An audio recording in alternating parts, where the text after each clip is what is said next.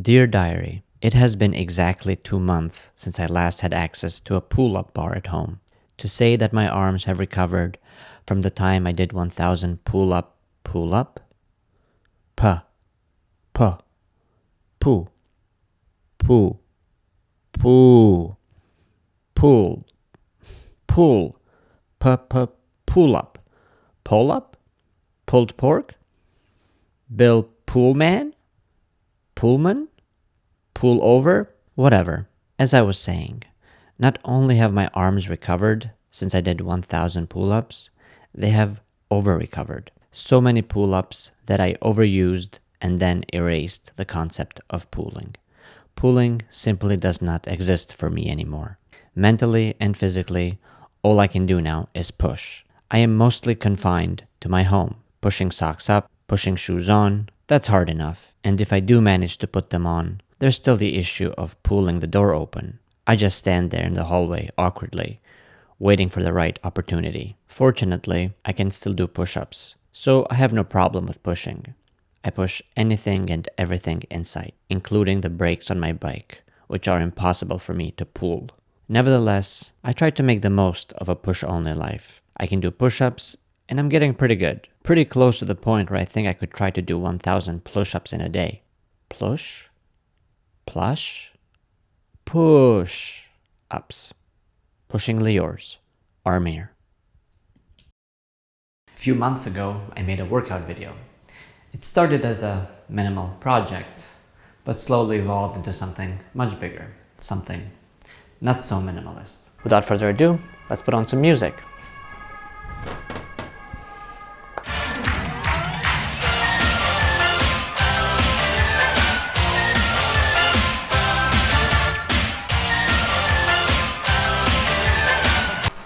On second thought, I think it's better if I let you pick the music.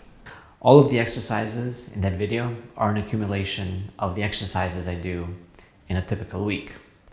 However, I have actually only watched and done my own workout video a couple times. The reason being that my workouts vary day to day. I rarely do full body workouts.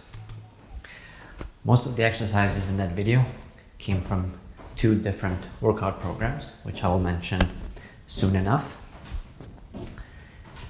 There are 2 main reasons I made that video. The first one is that at the time there were a lot of home workout videos being uploaded to YouTube, and I wanted to see if I could get the algorithm to work in my favor. That didn't work. The second and most important reason is that I wanted to show that access to a gym does not equate to a good health or a good body.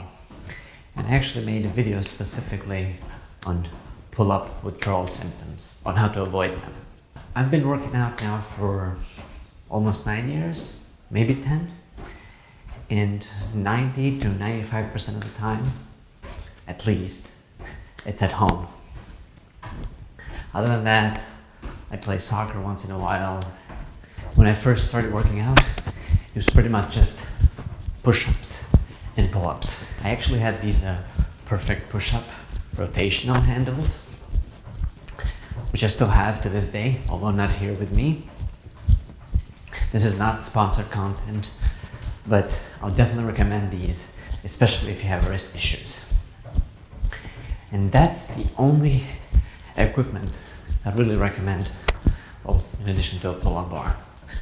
Again, I would recommend. However, I don't think either is essential. So, let's see. What else I want to say?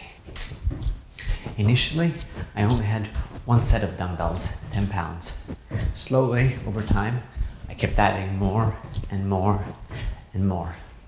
Fast forward a few years, I got a set of bands, and then a little bit later after that, I got really indoctrinated into minimalism and joined the cult, and I sold all the heavier sets of the dumbbells. Since then, I've been using bands only, pretty much most of the time, and I have yet to be disappointed with the results. Not having a pull-up bar at home in the past 2 months has meant that I've had to go to a workout park nearby, which has been a minor inconvenience if I decided to see it that way. Most things in our life will be out of our control, and it's up to us how we deal with that. But more importantly, it's up to us what we do with the things that we can control. We can't control the gym. We certainly can't control a pull-up bar, but we can control our health. I could permanently stop doing pull-ups and it would have no bearing on my health. On the other hand, I could do 1,000 weighted pull-ups and it could possibly have a negative effect on my health. I know a lot of people are going to disagree with me on this.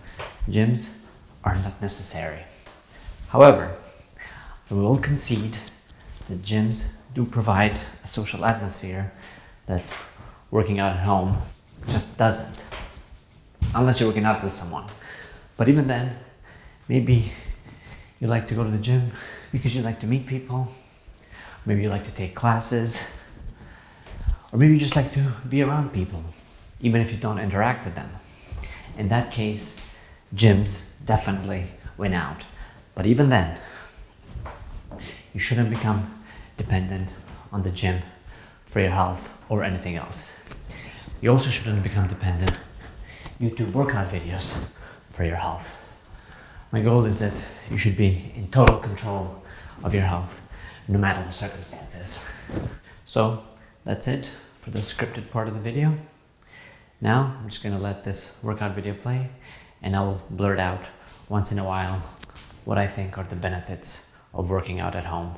So one benefit, for example, is not having to wear shoes or socks. Starting to get sweaty already. Another benefit, you don't have to wipe your sweat off gym equipment when you're at home because it's your own filth. I don't know if I'll be able to keep talking during this workout, but I'll do my best and forget the rest. That was a hint there.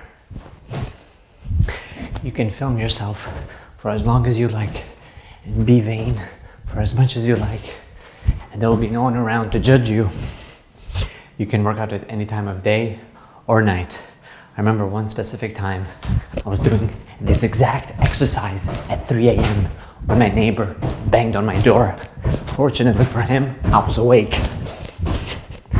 And you can work out in your underwear. And that's everything.